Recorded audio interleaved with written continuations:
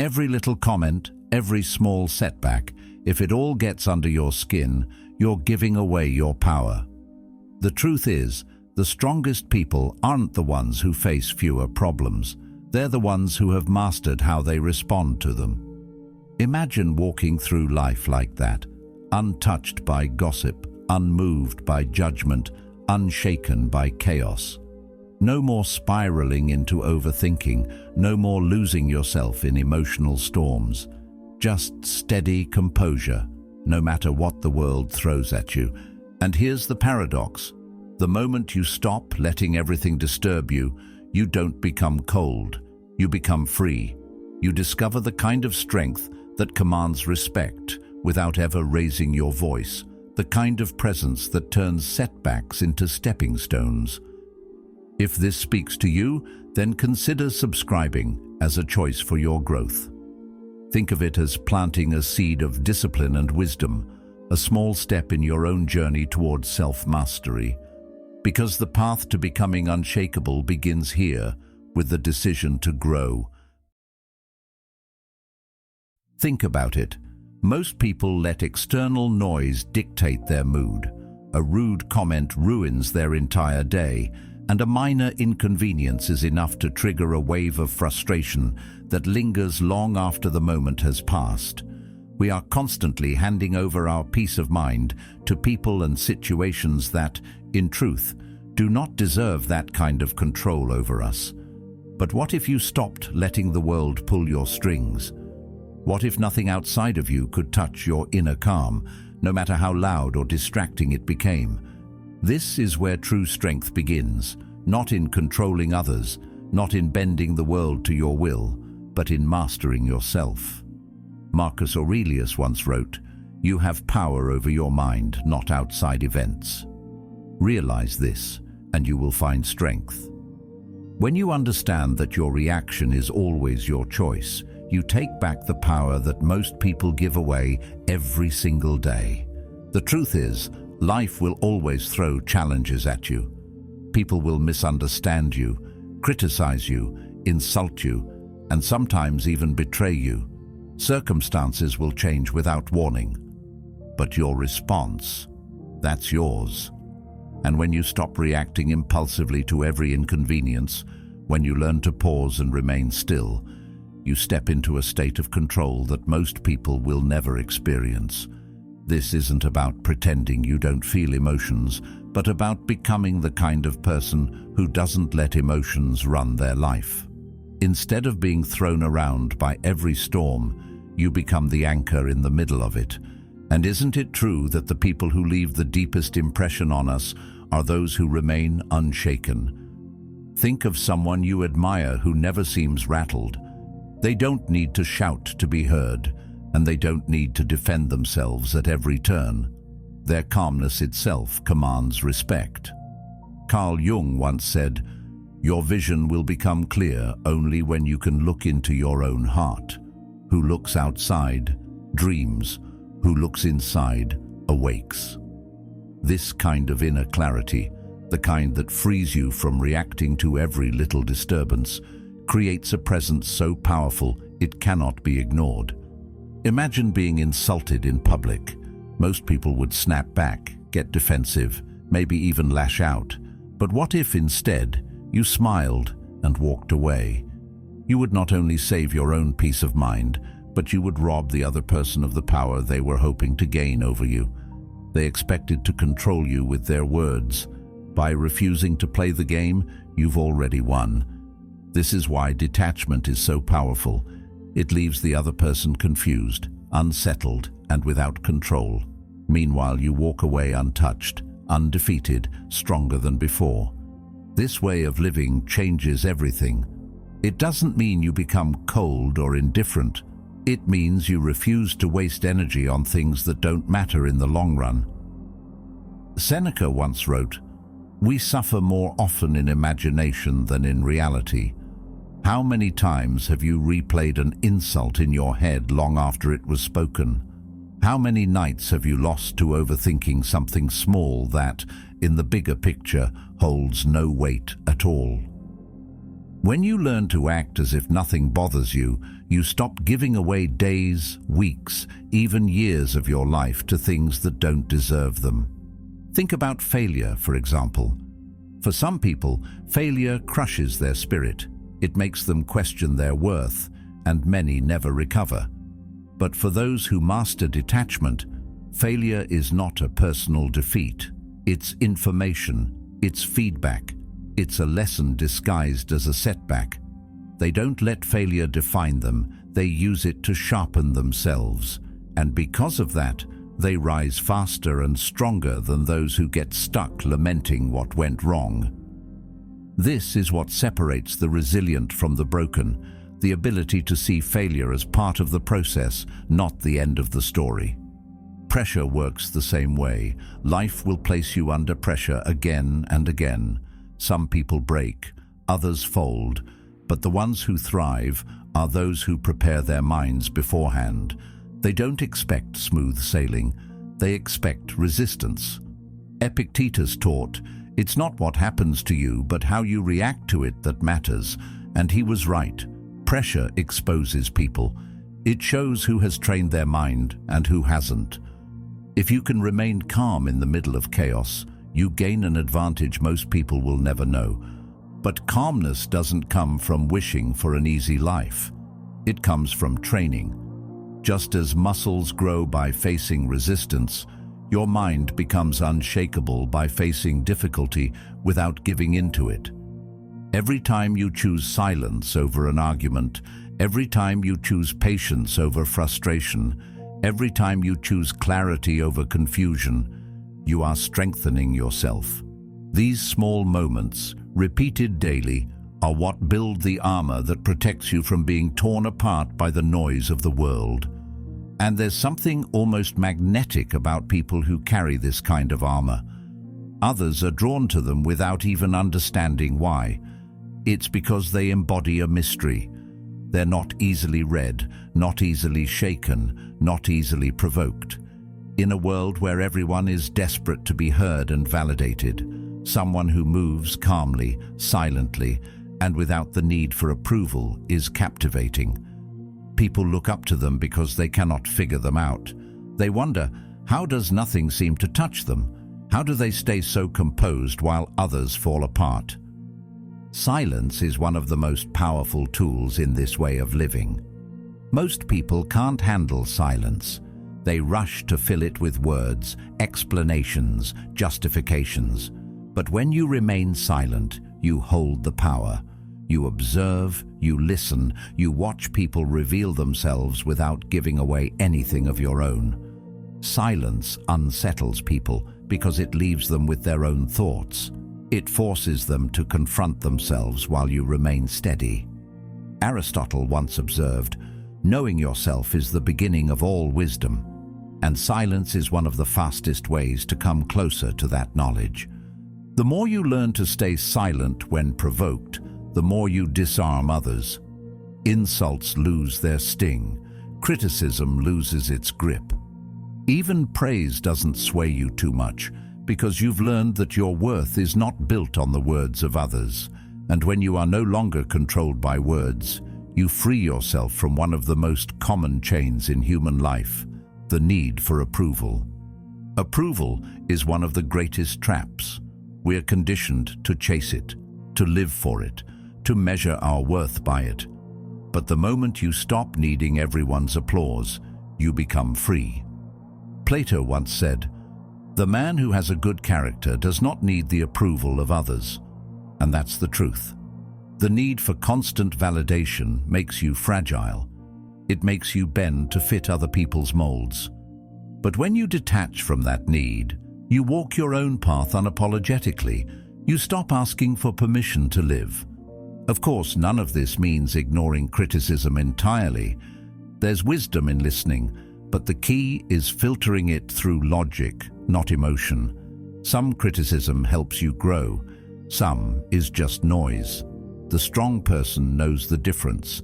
They accept what's useful, discard what's not, and move forward without overthinking. The weak person reacts to all criticism as if it were a personal attack, wasting energy defending themselves from words that don't deserve it. by filtering criticism calmly, you remain untouchable. And when you look closely, you see the same principle at work in every great mind of history. Socrates endured accusations and mockery with calmness that confused his enemies. Seneca remained composed while living under the shadow of emperors who could end his life at any moment. Jung explored the depths of the psyche, reminding us that the unconscious only controls us if we refuse to face it. These thinkers knew that power lies not in changing the world outside, but in mastering the world within. This is why letting go of what you can't control is the ultimate freedom. So much of our suffering comes not from events themselves, but from the stories we tell ourselves about them. We cling to expectations, demand that life unfold exactly as we planned, and suffer when it doesn't. But life was never meant to be fully under our control. Like a river, it flows with its own rhythm. Seneca wrote, "We are more often frightened than hurt, and we suffer more from imagination than from reality." The moment you stop fighting against what is beyond your control, you stop creating unnecessary pain for yourself. And what about those everyday irritations that test you constantly? Traffic, delays, unexpected changes. These small things are opportunities. If you can practice letting go in these moments, you'll build the strength to handle the bigger storms when they arrive. The discipline to stay calm when it matters most starts with the discipline to stay calm when it matters least. Over time, something remarkable happens. You realize that emotional control isn't about suppressing your feelings. It's about guiding them. You still feel joy, sadness, even anger, but they no longer control you. They serve you, not the other way around. And that's the difference between someone who's easily shaken and someone who's unshakable. So remember this: the world will never stop testing you. There will always be insults, setbacks, disappointments, and pressures. But you don't have to crumble under them. You can choose composure. You can choose calm. You can choose strength. Master yourself, and nothing outside of you will ever have the power to master you again. Do you know why it hurts so much when someone disrespects you? It's because, often without realizing it, you've handed them the power to define your worth. Their words or actions dig into you because you let them touch something sacred, the way you see yourself. The moment you react in anger, defensiveness, or despair, you've given them ownership of your emotions. And in that instant, you've surrendered control. But what happens when you refuse to react? What happens when you let their words pass through you like wind through an open window? Something remarkable occurs. You take back your power. You stand firm in yourself, unshaken by their attempts to provoke. And in doing so, you not only rise above them, but you quietly unsettle them, because their expected outcome, your reaction, never comes. This is why the strongest people often appear untouchable. It's not that they never feel insulted, it's that they have chosen not to let insults define them. Epictetus once said, "If someone speaks ill of you, do not make excuses, but say, 'He was ignorant of my other faults,' or 'he would not have mentioned these alone.'" His point was not arrogance, it was freedom. When you no longer cling to the opinions of others, their criticism loses its sting. What would it look like for you to live this way, to hear someone's disrespect and smile quietly, knowing that your worth has never been in their hands? That is strength in its purest form. When you live like this, you stop being reactive and start being intentional. You no longer move because someone pushed your buttons. You move because you chose to. That difference is everything. Carl Jung once observed, "Everything that irritates us about others can lead us to an understanding of ourselves." The moment you catch yourself burning with anger at someone's words, it becomes an opportunity to look inward rather than lash outward. What part of you gave them that access? What wound did they touch? And do you want to keep letting that wound be exposed to every careless passerby, or will you choose to heal it by no longer giving them that kind of power? Consider the way an insult works. An insult is not an objective truth, it's a projection, a string of words aimed at you in hopes of stirring a reaction. If you accept it, if you let it pierce you, it becomes real. If you reject it, not with anger, but with calm indifference, it dissolves into nothing. It only had life if you gave it life. This is why remaining composed is so unsettling to those who attack you. They expected to feed on your energy. Without your response, they are left empty-handed, frustrated, and weakened. You, on the other hand, walk away with your dignity untouched. Seneca taught that a man who suffers before it is necessary suffers more than is necessary. Most of the pain from disrespect does not come from the moment itself. It comes from the endless replay in your mind afterward. You think about what you should have said, how you should have responded, why it stung so badly. Hours pass, sometimes days, and in doing so, you give that person free rent in your head. But when you choose not to react, when you refuse to dwell on their words, you cut off their power not only in the moment, but in the days that follow. You free yourself from the invisible chains of overthinking. But let's be honest, remaining calm when insulted is not easy. It goes against instinct. Our pride wants to defend itself. Our ego demands recognition. Yet strength is not found in satisfying the ego. Strength is found in choosing silence over impulse, clarity over noise, restraint over retaliation. The irony is that by not defending yourself, you actually defend yourself better than any words ever could. Your stillness says, "I am beyond this," and that message is louder than any shout. Think about the most powerful figures in history. The ones who left lasting impressions were not those who barked back at every critic, but those who maintained composure in the face of chaos. They were unbothered not because they didn't face attacks, but because they understood the futility of reacting to them. Aristotle once said, "The more you know, the more you realize you don't know." Wisdom brings humility, and humility allows you to step back and realize most criticisms say more about the speaker than about you. There's a strange kind of dominance in not responding. When someone throws words at you expecting a fight and you give them nothing, you create an imbalance. They stumble, unsure of what to do with your silence. In their eyes, you become untouchable. You hold the higher ground, not by conquering them with force, but by refusing to even enter the battlefield. This is the kind of quiet power that draws respect, even from those who try to provoke you. Of course, none of this means you don't care about anything. Detachment is not the same as indifference. It doesn't mean nothing matters to you. It means you carefully choose what does.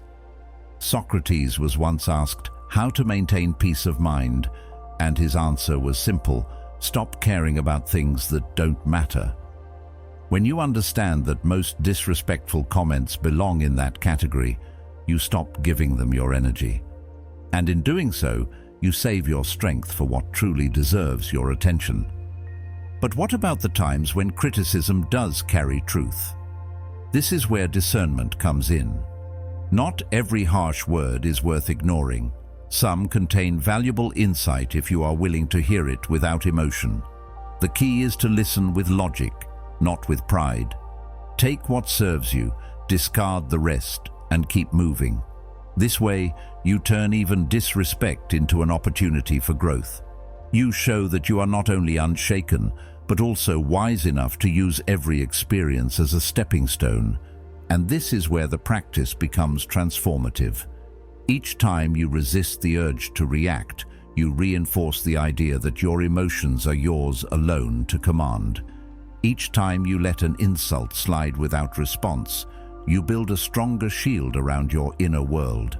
Each time you choose calm, you make calm more natural. Over time, It stops being an effort and becomes who you are. You become the person who cannot be easily rattled, the one others look to when storms arrive, the one who radiates quiet confidence without ever needing to prove it.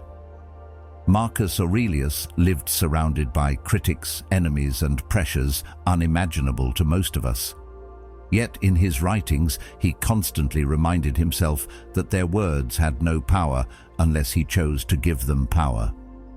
He trained his mind daily to see insults as the buzzing of flies, annoying perhaps, but not worth losing peace over. And this is the same training you can apply to your life. It doesn't happen overnight. It is built in moments, in choices, in the discipline of holding back when you want to lash out. The next time someone disrespects you, pause. Let the moment pass without surrendering your composure. Notice how the power shifts instantly. Notice how free you feel walking away with your dignity intact. Notice how strong it feels to not be controlled by someone else's words. That strength, that freedom, is what it means to live unbothered. Because in the end, disrespect only has the power you give it. And when you stop giving it power, you stop being a victim of it. You become the one who chooses, the one who decides, the one who remains steady no matter what storms rise against you. This is the quiet strength of the unshakable mind, and it belongs to anyone who dares to claim it. Picture someone insulting you in public. The natural impulse is to fire back, to defend yourself, maybe even to raise your voice so that everyone watching knows you will not be humiliated. That instinct comes from pride, from the need to prove yourself in the eyes of others. But what happens if you don't? What happens if you simply smile and walk away? The person who tried to sting you suddenly finds themselves powerless. They expected a reaction. They wanted to see you lose control. And when it doesn't come, they are left unsettled, confused, wondering why their words couldn't pierce you. What they don't realize is that in that moment, the true balance of power has shifted. They revealed their weakness by needing a reaction, while you revealed your strength by refusing to give one. This kind of restraint isn't weakness, it's mastery. It's the difference between someone who is easily manipulated and someone who commands themselves so completely that no one else can. Seneca once said, "The greatest remedy for anger is delay." By delaying your reaction, even for a moment, you change everything. Anger thrives on immediacy. It grows when it is fed instantly. But when you pause, when you let the moment pass without acting, anger starves and disappears. That is why walking away from an insult is not running. It is choosing not to waste energy on something unworthy of it. It is a statement that says, "I am not owned by your words." And think about what that kind of presence communicates to everyone around you. People watching might expect a fight, a sharp comeback, maybe even a heated argument. But when you remain calm, when you walk away with quiet dignity, you create a lasting impression. You become someone different in their eyes, someone who carries authority without needing to prove it. The loudest person in the room rarely commands respect. Respect is earned by the one who doesn't need to shout, because their composure itself speaks louder than words. This is the power of detachment. It doesn't mean you no longer feel emotions. It doesn't mean you become numb or cold. It means you are no longer ruled by emotions when they appear. You feel them, but you do not bow to them. You see the insult. You feel the initial sting, and then you choose not to let it grow into something larger. You choose peace over conflict, control over chaos. In that choice lies freedom. But freedom is rare, isn't it? Most people spend their lives chained to the opinions of others. A stranger's insult, a colleague's criticism, a friend's careless comment. It all becomes heavy baggage they carry long after the words are spoken. They replay it in their minds, letting it tear at their confidence, letting it disturb their sleep. And yet, if you step back, You see how strange it is to give so much power to someone who likely doesn't even think twice about what they said. The moment you walk away without taking their insult with you, you drop that weight. You remain light, untethered, unbothered. This doesn't only protect you in the moment, it builds a reputation over time. When people realize you cannot be easily provoked, they begin to treat you differently. They might test you once, maybe twice, but eventually they learn that their words cannot control you. And because of that, they respect you more. Not in the shallow sense of admiration, but in the deeper sense that comes from knowing they are dealing with someone who stands firm within themselves. Aristotle once said, "The self-controlled person is free." This freedom is not about escaping challenges, it's about escaping the prison of constant reaction. Of course, there will always be those who misinterpret calmness as weakness. They may think that because you don't fight back, you lack strength. But this is where wisdom separates you from the crowd. Realize that true strength is not measured by how loudly you respond, but by how little you need to. A fire that burns quietly lasts longer than one that flares up and dies quickly. In your silence, in your calmness, there is a depth of power that cannot be faked. Those who mock calmness often do so because they lack it themselves. Think also about the gift this gives you in daily life. How many conflicts, arguments, and regrets are born from words spoken too quickly, from reactions that only escalate the problem? How many relationships are damaged because pride demanded a response? By choosing to walk away, by smiling and letting silence speak, you protect not only your own peace, but also the peace of the moment. You create space for clarity, for perspective, for wisdom to guide you instead of impulse. This practice, repeated over and over, builds resilience. Each time you resist the urge to react, you strengthen your ability to stay calm under greater pressure. What starts with walking away from an insult grows into the ability to remain steady during serious conflicts, setbacks, and crises. The small moments train you for the larger ones. Just as a warrior sharpens their blade on small stones before battle, you sharpen your mind in everyday encounters so that when life truly tests you, you are ready. And here's the deeper truth. Walking away is not just about denying someone else power, it's about affirming your own. When you refuse to give your energy to petty attacks, you show that your focus is reserved for higher things. Plato once said, "Wise men speak because they have something to say, fools because they have to say something." The same is true for actions. When you walk away, it is because you know your actions are better spent elsewhere. You are not controlled by the smallness of another person's attempt to provoke. You are moved only by what aligns with your values and your vision. Over time, this way of living transforms you. You become known as someone who cannot be easily rattled, someone whose presence is steady even when the air is tense. And this reputation, though subtle, is powerful.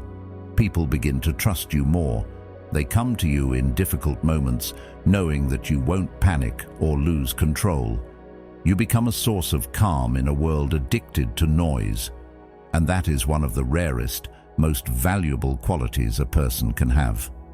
Marcus Aurelius once wrote, "The best revenge is not to be like your enemy. When insulted, the easiest thing is to mirror the behavior, anger for anger, insult for insult. But by doing that, you become what you despise." Walking away, on the other hand, keeps you free from that trap. It keeps you aligned with your higher self, the self that does not stoop to the level of pettiness. That is why walking away is not surrender. It is victory. It is proof that you belong to yourself and no one else. So picture it again. Someone insults you in public.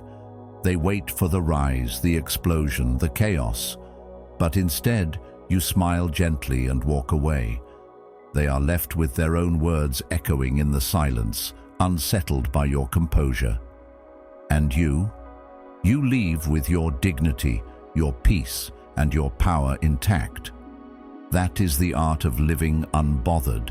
That is what it means to carry strength quietly, to choose freedom over reaction, to act as if nothing bothers you, and in doing so, to make it true. And isn't that the secret? True dominance isn't about shouting louder, about being the most dramatic or explosive voice in the room. It's about not needing to react at all. The strongest presence isn't the one who tries to fill every silence with noise, but the one who can sit in silence without flinching. Think about the times you've walked into a space and noticed someone who hardly spoke, yet everyone was aware of them. They didn't raise their voice, they didn't force their opinions, and yet their composure alone commanded attention. That is real strength. It is not found in volume, but in restraint. When you no longer feel the urge to prove yourself with words, when you no longer let every challenge pull you into conflict, you start to embody a power that doesn't need to be announced. It simply exists. Most people confuse reaction with strength. They believe that to prove themselves, they must respond to every insult, defend every opinion, or force others to recognize their value. But this constant need for reaction reveals fragility rather than power. If someone can pull you into a fight with a few words, then they control you. If you need to shout to be heard, then you haven't yet cultivated the kind of presence that speaks on its own.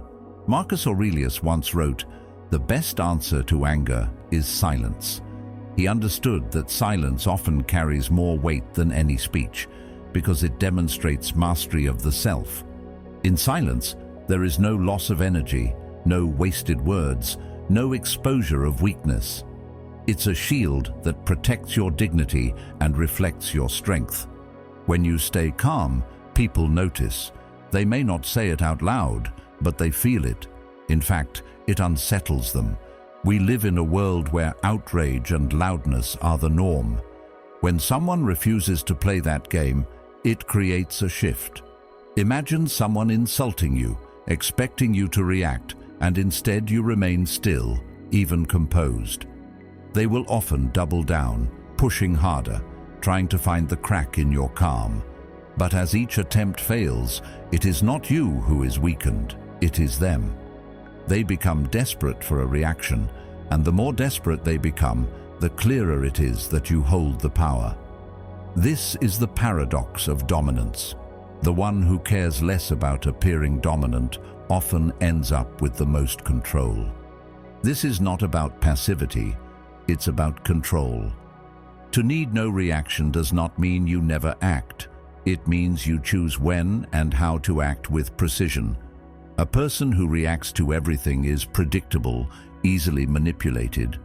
A person who acts sparingly and deliberately, however, is dangerous in the best way. People cannot anticipate them, they do not reveal their cards, and that unpredictability itself becomes power. Socrates, facing trial and eventual death, did not lash out against those who condemned him. He remained calm, thoughtful, steady.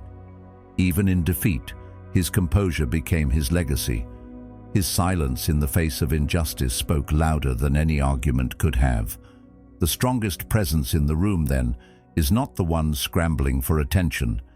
It is the one who can afford to wait, to sit with silence, to look unbothered while others unravel themselves with noise. And here lies another truth. When you need nothing from others, they start to give you everything. They lean in when you finally do speak. They pay attention to the few words you choose, precisely because you do not waste them. This is why restraint is not emptiness, it is value.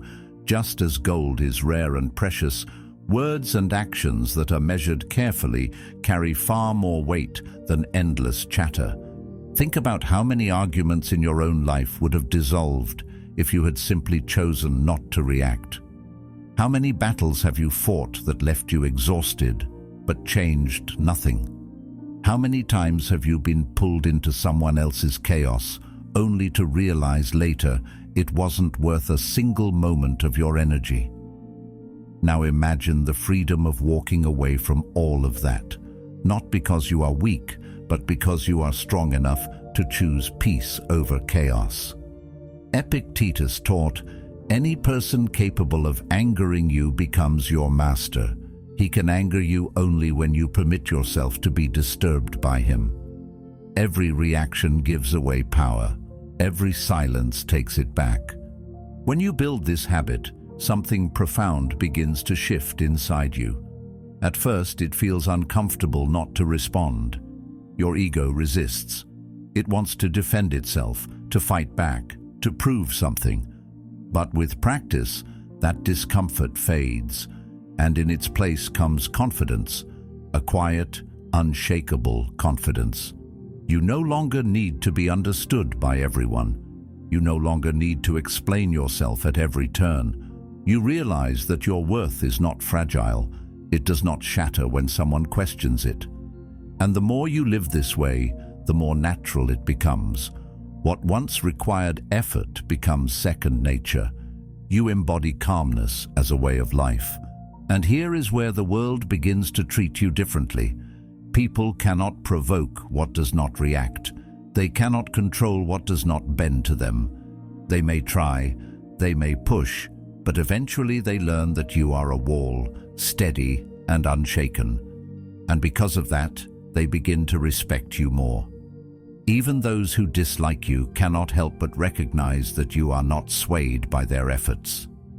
In a strange way, your refusal to react forces them to see you as someone who is above the noise, someone whose center lies deeper than surface-level conflict.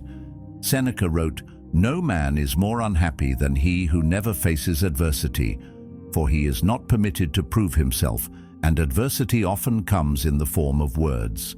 Insults, criticism, disrespect. These are the daily tests life gives you. Each one is an opportunity to prove yourself, not by retaliating, but by mastering yourself." When you endure these moments without flinching, you demonstrate a kind of strength that cannot be taken away. You do not depend on victory in argument or approval from the crowd. Your victory is already secured because you remained in control of yourself. And isn't that what true dominance really is? Not control over others, but control over yourself. Anyone can shout, anyone can argue, anyone can explode with anger.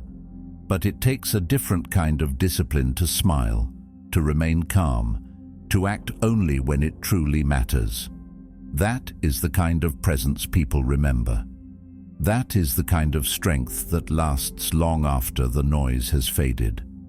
So the next time you find yourself in a room filled with tension, when the pressure rises and the voices grow louder, remind yourself of this.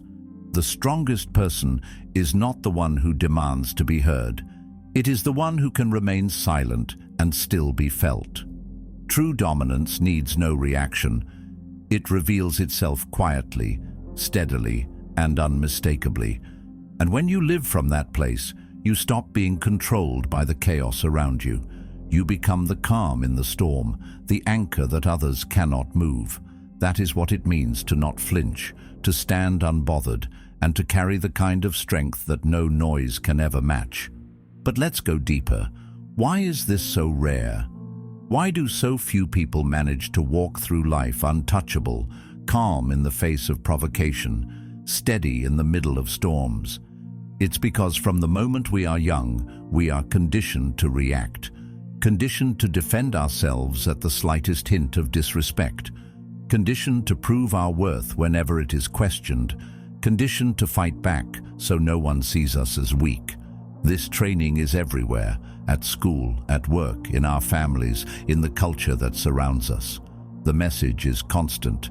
If you don't react, you lose. Yet the truth is the opposite. The more you react, the more predictable you become. And predictable people are easy to manipulate. The moment someone knows exactly how to pull your strings, they own you. So the real question is this: do you want to live as someone predictable, or do you want to rise as someone untouchable? Think about the way people are tested in everyday life. Someone throws an insult and they respond with anger. Someone disagrees and they argue endlessly. Someone criticizes, and they rush to defend themselves. These reactions are automatic, rehearsed, mechanical. They happen because people have not yet learned how to pause, how to observe, how to choose a response instead of being owned by an impulse. When you begin to break this conditioning, something powerful happens. You start to see that you don't have to prove yourself in every conversation. You don't have to defend yourself every time someone misunderstands you. You don't have to fight battles that add nothing to your life. Instead, you step into a new way of being, one where your silence carries more authority than your words, one where your calmness unsettles those who expected to shake you. This is why so few people achieve it. It requires the discipline to break habits that feel natural but are actually chains. Seneca once observed, "He who is brave is free." Bravery here doesn't mean shouting the loudest. It doesn't mean winning every argument. It means having the courage to let go of the need to prove yourself in the eyes of others. It means being free from the compulsion to react in order to feel validated. This is bravery of the highest kind because it is not directed outward against an enemy. It is directed inward against the ego that constantly demands recognition. And when you win that battle, you discover a kind of freedom that cannot be taken away. Consider the difference between the person who reacts to everything and the person who reacts to almost nothing. The first lives in constant turmoil. Their peace rises and falls based on what others say or do. They are exhausted because every day feels like a fight. The second, however, lives in stillness. They choose carefully what deserves their energy. Most things they simply let pass by, and because of this, they conserve their strength for the moments that truly matter. Which life do you think leads to power? Which life creates the kind of presence that people remember? The rarest individuals are the ones who can sit in the fire of provocation and not move. They do not let another person's words dictate their state of mind. They do not need to prove anything in order to feel secure. They are unpredictable, not in the sense of being chaotic, but in the sense of being beyond control. People who rely on provoking others to gain power have no strategy for someone who refuses to play the game. When you cannot be predicted, you cannot be controlled. And when you cannot be controlled, you are free. But this kind of freedom takes training. It does not arrive overnight. It is built in the small moments when you choose not to respond, when you notice the urge to defend yourself and instead let silence carry your answer, when you feel anger boiling but allow it to pass without spilling it on anyone else. Over time, these small choices rewire the way you move through the world. They transform you from someone reactive into someone steady. And the transformation is visible. People will notice that you are not like the rest. They will sense your calmness and feel both respect and confusion because you do not follow the script they expect. Socrates himself lived this principle. When accused unjustly, when mocked, when put on trial for his life, he remained calm. He did not beg, he did not rage, he did not collapse into fear. His composure was his defense, and in the end, though his body was condemned, his spirit was untouchable. His restraint turned what could have been humiliation into a lesson for all of history. This is what happens when you refuse to let others dictate your reactions. You shape not only the moment, but also the legacy that follows you. And isn't that the irony? We are trained to believe that reacting proves our strength, when in reality, it only shows our weakness. It reveals exactly where we can be controlled. It tells the world, if you want to move me, here's how. But when you stop reacting, when you cultivate the art of calmness, you close that door. You give no one the manual to your emotions. Instead, you keep your power close, within yourself, unshakable and unseen, until you choose to reveal it. That is what it means to be untouchable. Not that nothing ever happens to you, but that nothing owns you when it does. Plato once said, "The first and best victory is to conquer self." This victory does not come with applause. It comes quietly, in the moments no one else notices. It comes when you let go of the urge to answer back, when you refuse to waste your peace on battles that do not matter. It comes when you realize that the greatest strength is not found in controlling others, but in controlling yourself. And once you taste that victory, you realize how rare and precious it is. So ask yourself, do you want to live as someone predictable, whose reactions can be pulled from them with the simplest provocation? Or do you want to rise above, to become the one who remains steady, who cannot be controlled, who carries a presence that speaks louder than any argument? This choice, though difficult, is the secret to becoming untouchable. And though few have the discipline to live this way, those who do stand apart. They are remembered not for the noise they made, but for the calm they carried. The path is not glamorous, but it is transformative. Each time you resist the urge to react, you sharpen your inner strength. Each time you choose calm over chaos, you step further away from predictability and closer to freedom. And as the habit takes root, you will notice something extraordinary.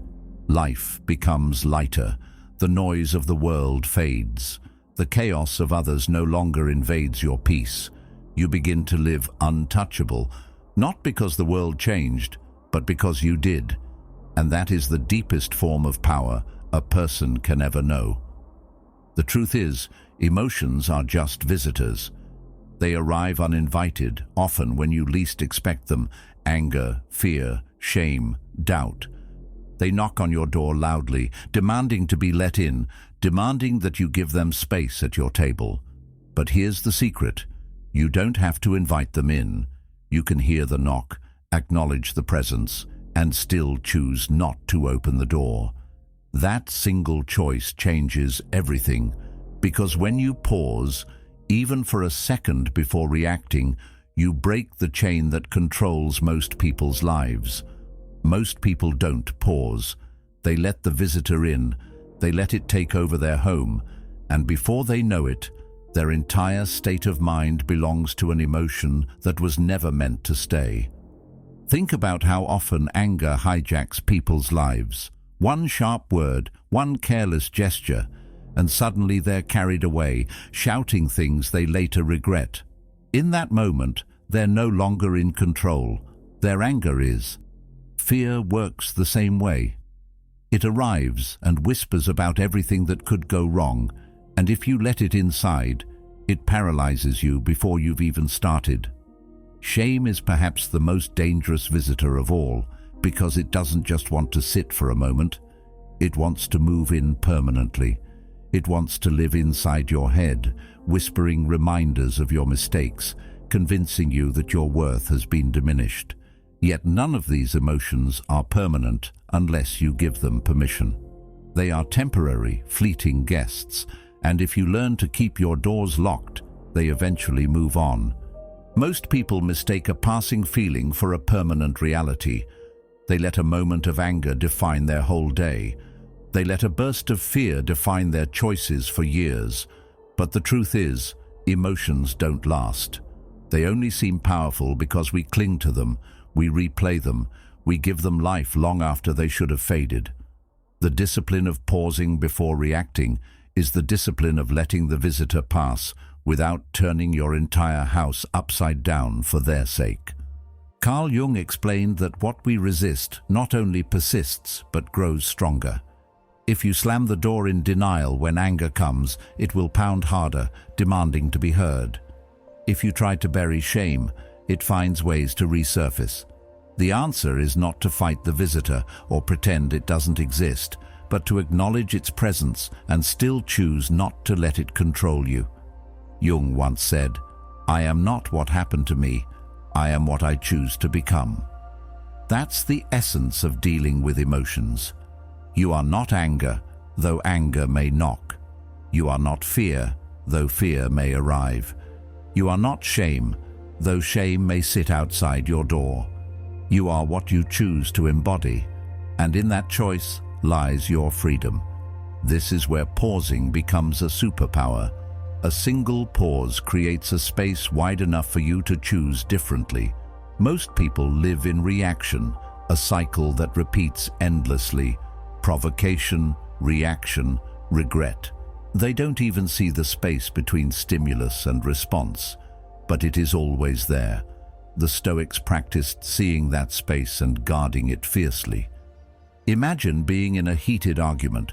Words are flying, voices are raised, and your heart is racing. The natural response is to meet fire with fire, to shout louder, to defend harder. But in that moment, if you pause, just one breath, you take back the reins. You see that the anger isn't you, it's just a visitor knocking for attention. In that pause, you choose whether to let it rule or to let it pass. Often, just that 1 second is enough to turn conflict into resolution, chaos into calm. It may feel small, but it is the seed of transformation. And this doesn't apply only to anger. Think of fear. How many opportunities have people lost because they let fear walk in and take control? Fear tells you not to speak up, not to take the risk, not to pursue the dream. If you let it stay, you shrink. But if you pause, if you watch fear without immediately bowing to it, you realize it has no real power. It's a shadow, not a wall. It disappears the moment you step into it. Fear is a visitor that often looks larger from the outside than it does once you face it directly. Shame too loses its grip when met with awareness. Most people crumble under shame, letting it rewrite their identity. They forget that shame is a messenger, not a verdict. Its knock says, something inside you wants healing, but it doesn't mean you are broken. By pausing before you absorb its voice, you can take the lesson without letting the weight destroy you. The practice of seeing emotions this way transforms daily life. Instead of being carried away by every mood swing, you begin to watch yourself. You notice the rise of irritation in traffic and choose not to let it take your peace. You feel the sting of rejection but refuse to let it define your value. You recognize the rush of excitement and choose not to make impulsive promises in its grip. Over time, this practice becomes a habit, and the habit becomes strength. People around you will notice. They'll wonder how you stay calm in situations that drive others mad. They'll notice that you don't flinch, don't crumble, don't let yourself be owned by emotions. This kind of mastery doesn't mean life stops testing you. If anything, the tests grow sharper. People will try harder to provoke you. Life will throw greater challenges in your path. But the difference is that you will no longer be a slave to the knock at the door. You will see the emotion, nod in acknowledgement, and move on with clarity. You will stop mistaking every knock for a command and start treating it as background noise. This is how the strongest individuals are made, not by eliminating emotions, but by learning to stand beside them without falling. Socrates once said, "The unexamined life is not worth living." Examining your emotions in this way is part of living examined. It's noticing when you're reacting on autopilot and asking, is this me, or is this just a visitor trying to move in? That question alone is enough to break the spell. You begin to see that what you once called your personality, your temper, your fears, your shame, was often nothing more than a series of unexamined reactions. Once you see that, you are free to shape a different self, one built on choice rather than compulsion. The more you live this way, the more you realize how rare it is. Most people around you will still slam the door or fling it wide open, ruled by every knock they hear. But you will move differently. You'll carry a calm that unsettles those who try to provoke you, because they cannot find the handle to open your door. And in that calm lies influence. People will look to you not because you speak the loudest, but because you remain unmoved. They'll wonder what makes you different, and the answer will always be simple. You no longer invite every visitor to stay. And isn't that what freedom truly means? Not that emotions never come, but that they no longer dictate your life. You become the host, not the guest. You choose what enters, what stays, and what leaves. And in making that choice, you become untouchable. Not because the knocks stop, but because you learned that not every knock deserves an answer. Have you noticed how failure destroys some people, while others seem to rise from it with even greater strength? The event itself is rarely the deciding factor. Two people can experience the same setback, losing a job, failing a business, being rejected, and their paths will diverge completely. One will collapse under the weight of defeat, carrying it like a chain for years. The other will dust themselves off, learn something from the experience, and move forward with sharper focus. The difference isn't the failure. The difference is the attachment. When you treat failure as proof of your inadequacy, it becomes part of your identity. But when you treat it as information, as feedback, it becomes data that guides your growth. One path leads to paralysis, the other leads to resilience. This shift in perspective is everything. People often forget that failure has no meaning until we assign it one. It's just an event, a moment in time. But we cling to it, replay it, weave it into the story we tell ourselves about who we are. And once that happens, it becomes heavier than the event itself. Carl Jung understood this deeply. He wrote that, "In all chaos there is a cosmos, in all disorder, a secret order." What feels like destruction often hides the seeds of transformation. But if we cling to our expectation of how life should unfold, we miss it. The attachment to a perfect outcome blinds us to the hidden order in the setback. Failure, when examined closely, is often a redirection, a lesson pointing us toward a path we could not have seen otherwise. But you can only discover that order if you detach your identity from the failure itself. If you collapse into despair and tell yourself, "I am a failure," you stop searching for meaning, and the hidden order remains buried. This is why some people fall apart. They confuse failing at something with being a failure. Those two things are not the same. One is an event, the other is a self-image. And when you attach the event to your identity, you trap yourself in it. The stronger the attachment, the tighter the chains. Every time you face something new, the memory of past failures whispers in your ear, convincing you not to try. It's not the failure that destroys people, it's the story they build around it. But what if you stripped failure of that story?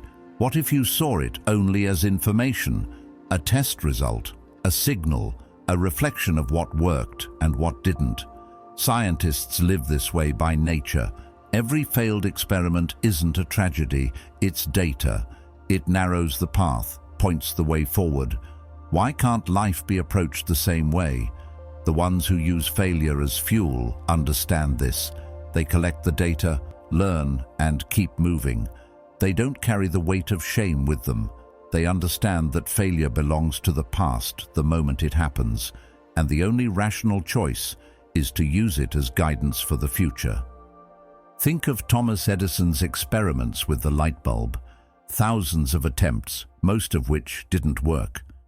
Had he taken failure as identity, the story would have ended long before success. But each failure was seen as discovery, one more way that wouldn't work. Each setback became part of the data that eventually led to breakthrough. While Edison isn't one of the philosophers we've referenced, his story embodies their wisdom perfectly. Failure doesn't kill progress, attachment does. The refusal to detach identity from outcome is what ends most journeys before they truly begin. Epictetus put it in simple terms. It's not things that upset us, but our judgments about things. Failure itself doesn't break you. Your judgment of it does. If you tell yourself, "This proves I'm not capable," then you will live in that shadow. But if you tell yourself, "This shows me how to improve," then the very same event becomes fuel. The power of that shift cannot be overstated. One leads to despair, the other to resilience. And resilience is the foundation of all greatness. Look closely at anyone who has built something meaningful, and you'll see this pattern. They all failed, they all stumbled, they all faced rejection. The difference is that they didn't attach themselves to those moments. They didn't wear failure like a badge of identity. Instead, they kept moving, seeing each step as part of the process. What breaks others becomes their training ground. And because of this, they grow stronger than those who never dared to risk failing at all. Beginnings are fragile. They are often filled with mistakes, missteps, and shortcomings. Those who cannot detach from failure never make it past the beginning. They quit too soon. They let early stumbles convince them the journey isn't worth it.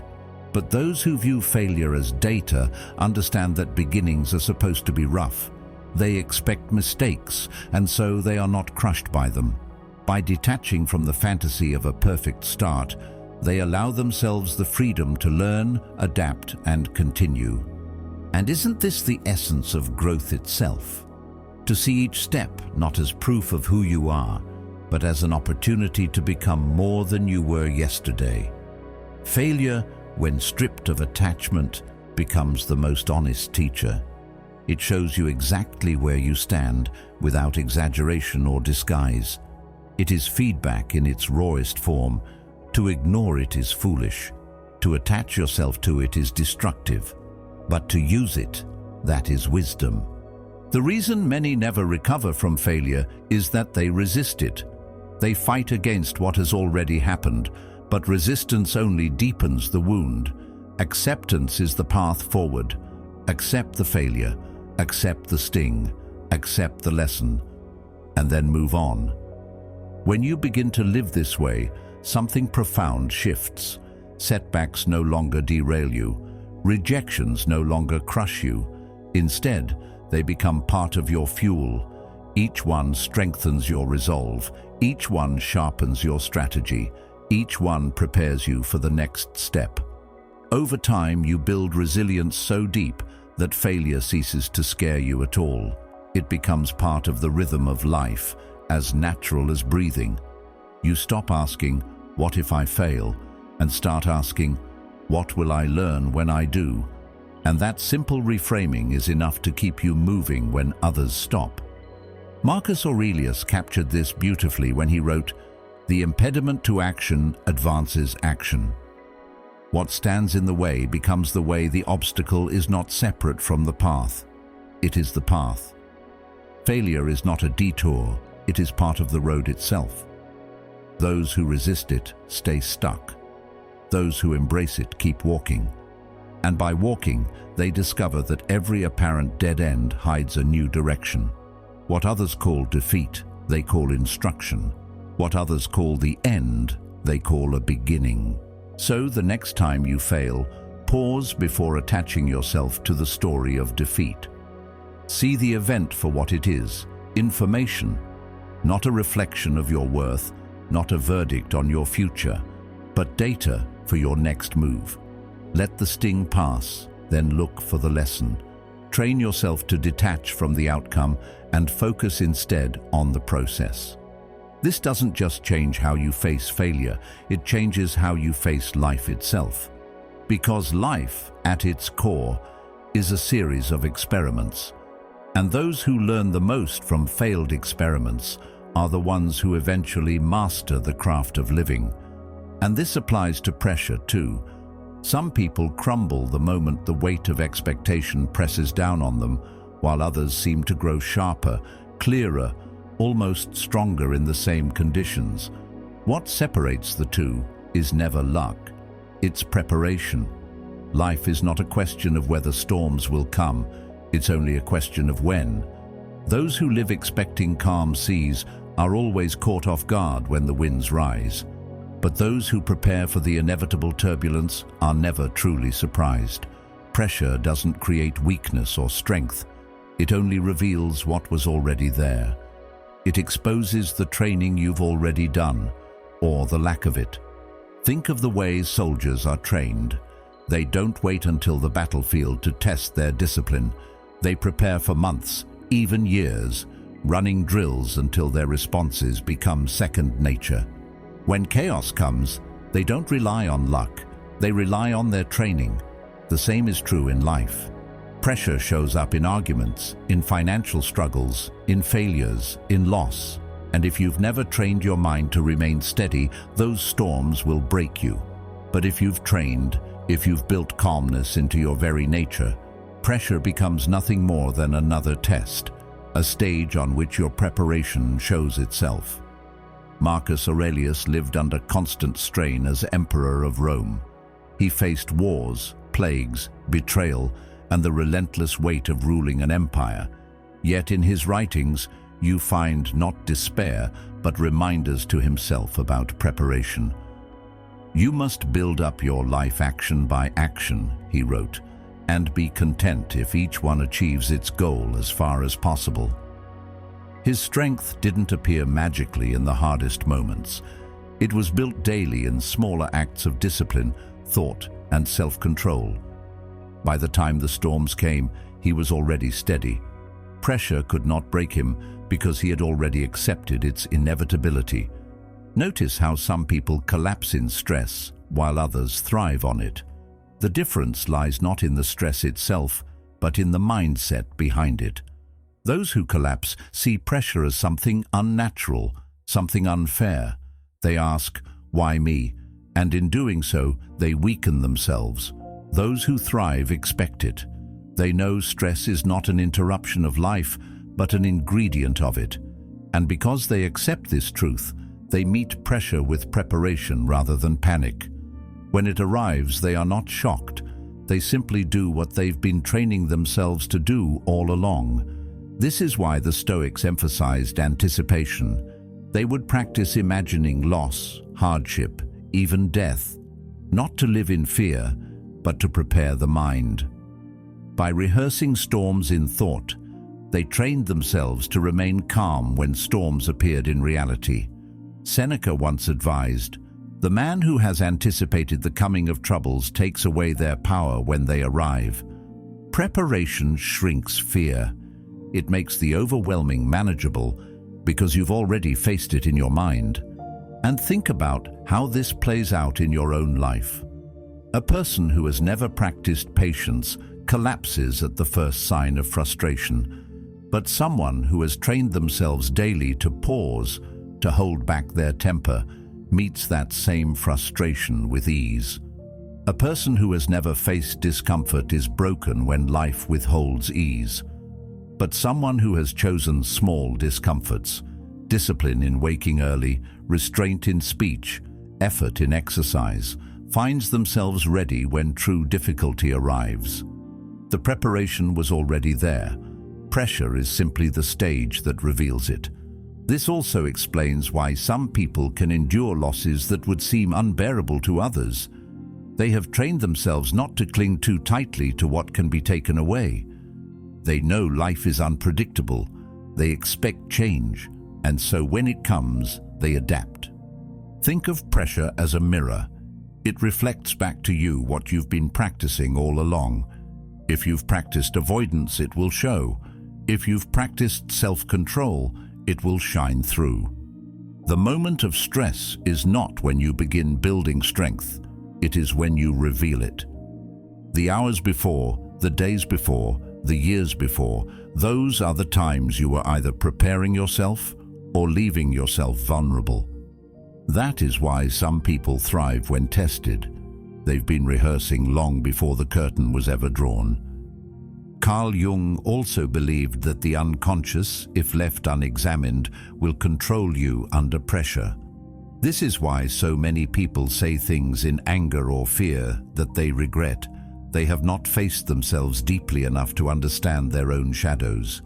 Under stress, the unexamined parts of themselves rise up and take command. But when you do the work of preparation, reflecting, questioning, strengthening your inner life, You stop being a victim of the unconscious. You remain present even in chaos. The storm doesn't pull you under because you've already practiced swimming in turbulent waters. Think of how an athlete trains.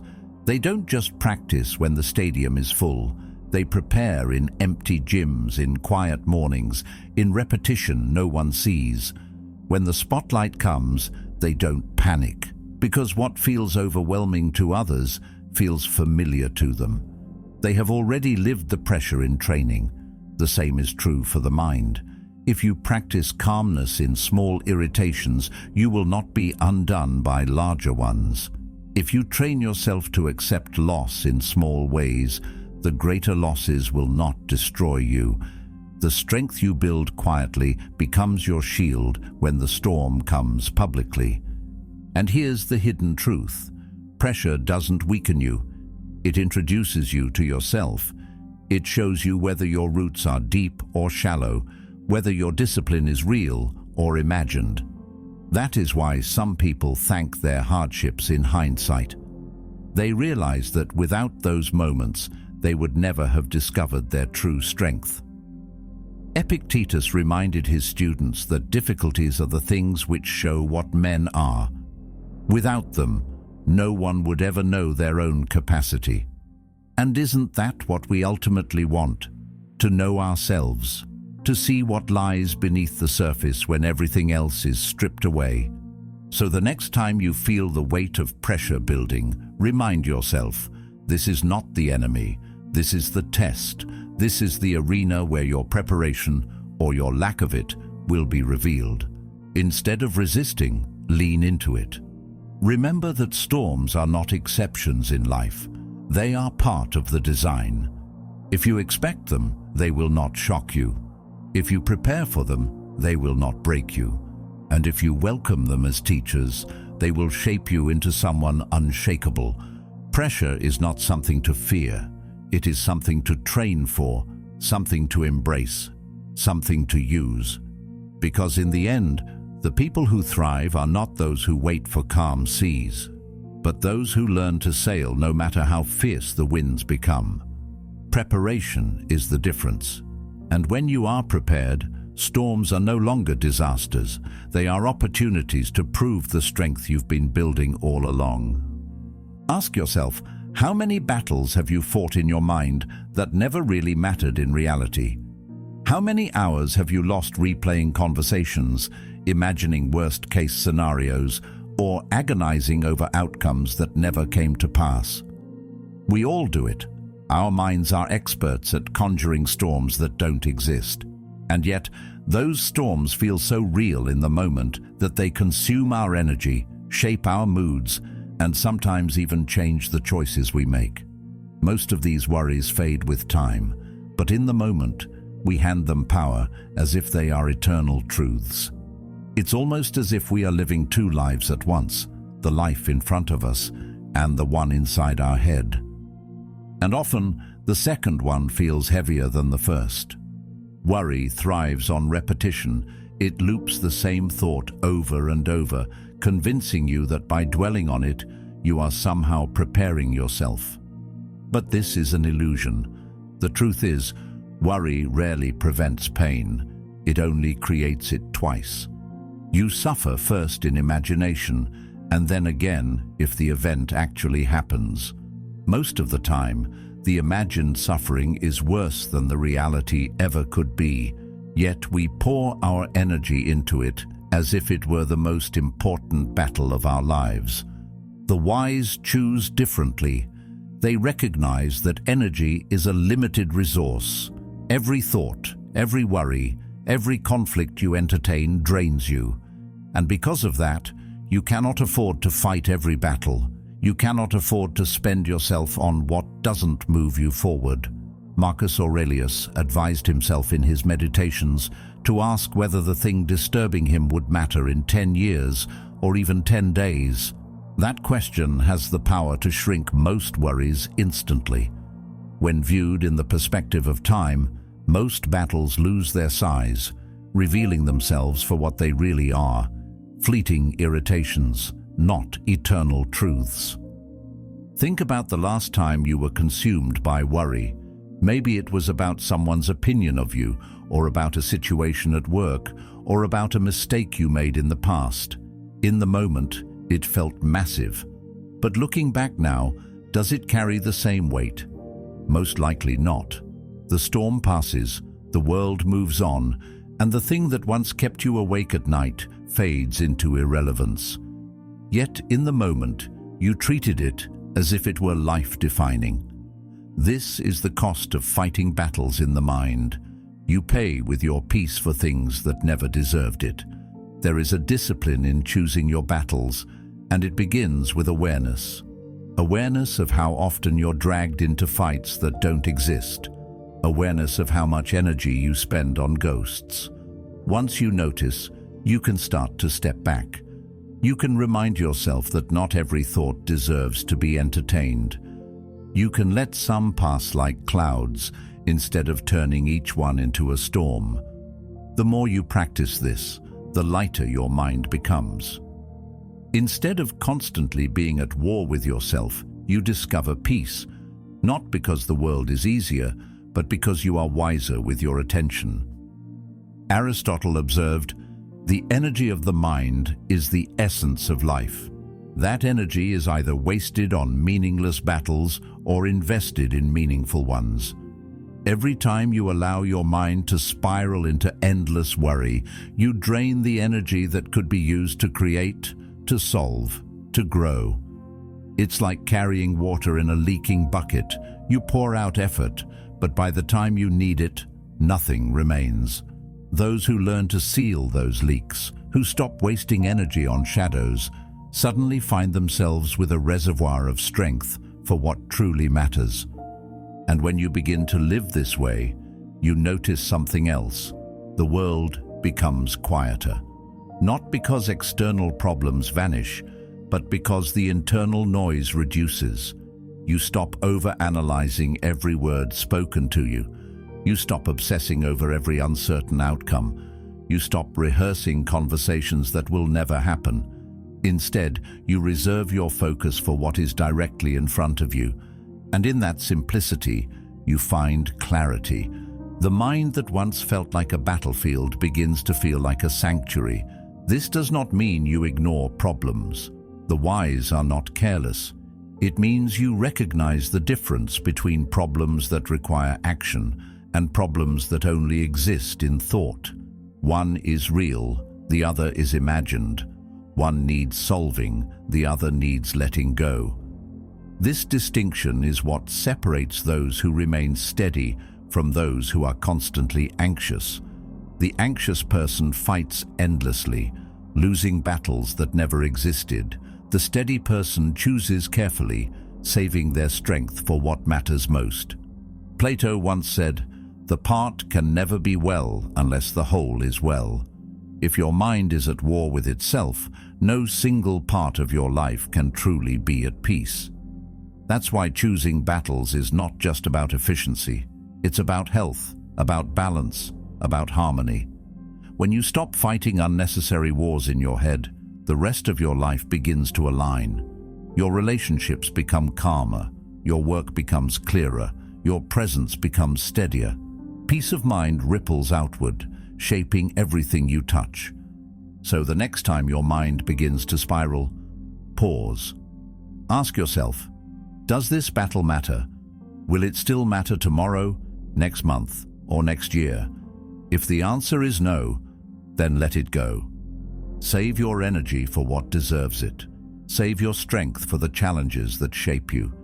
Because in the end, the mind will always present you with battles, but only you can decide which ones are worth fighting. And that choice, the choice to invest only where it matters, is what separates a life consumed by worry from a life lived with wisdom. And what about approval? Isn't it exhausting chasing the validation of people who, in truth, will forget your name tomorrow? How many choices are made not because they align with our values, but because they align with what we think will earn us praise? We change how we speak, how we act, even how we dream, just to fit into the molds others hand us. But the tragedy is that applause is fleeting. One moment it lifts you, the next it vanishes, and you are left empty, desperate for the next hit of validation. The moment you stop needing that applause, the moment you let go of the hunger for approval, you taste freedom. Approval is a leash, and every time you pull against it, you only tighten the hold. But detachment, that is freedom. Marcus Aurelius, burdened with the weight of an empire, still reminded himself daily, "It never ceases to amaze me.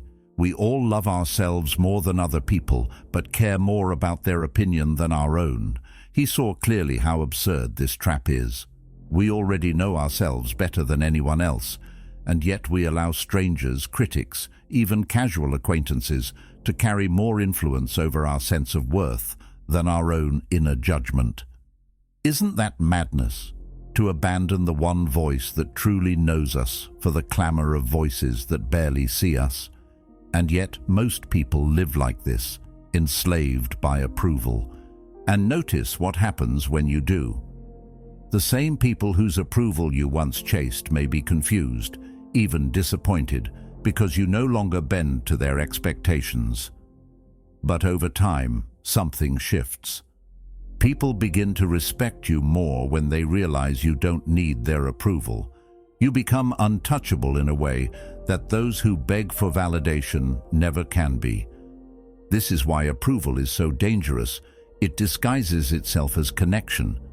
We think that by earning approval, we're building bonds, but in truth, we're building cages.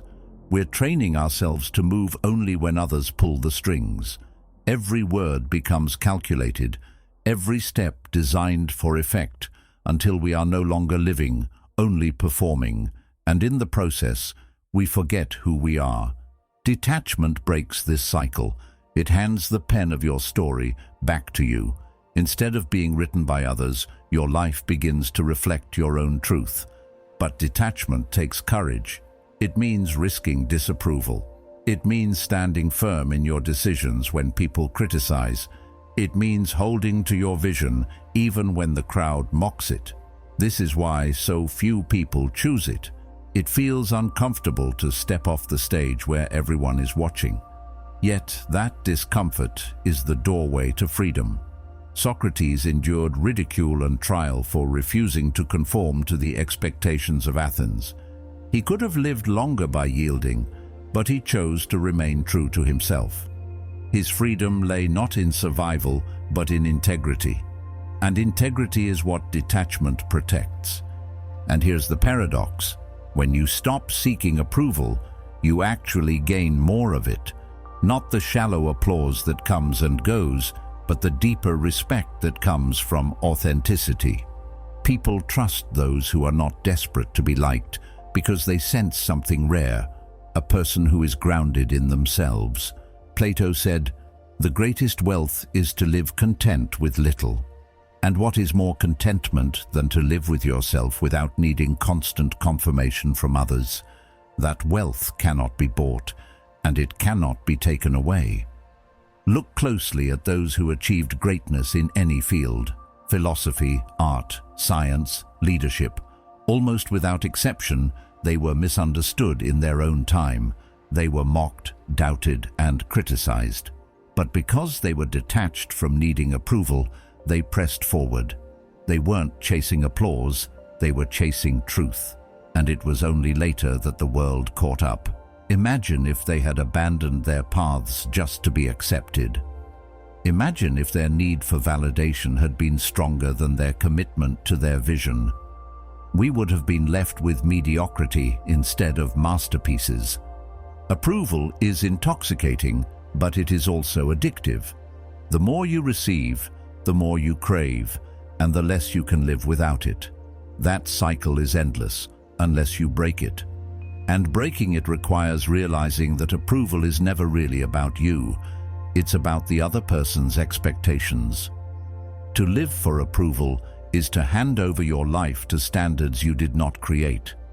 To live detached from it is to finally begin shaping yourself on your own terms. And don't mistake detachment for arrogance. True detachment is humble. It doesn't say, "I don't care about anyone." It says, "I care, but I don't need to be defined by anyone's opinion." It's the difference between valuing connection and being enslaved by it. Approval chasers often become arrogant because their self-worth rises and falls with the praise of others. They inflate when praised and collapse when criticized. Detached individuals, however, remain steady. They can hear both criticism and applause without losing their center. That steadiness is what makes them trustworthy, admirable, and strong. So the question is simple but difficult. Are you willing to let go of the leash? Are you willing to walk away from the endless chase for applause and step into the freedom of living on your own terms? The moment you do, everything changes. Your decisions become clearer, your voice becomes steadier, and your presence becomes stronger.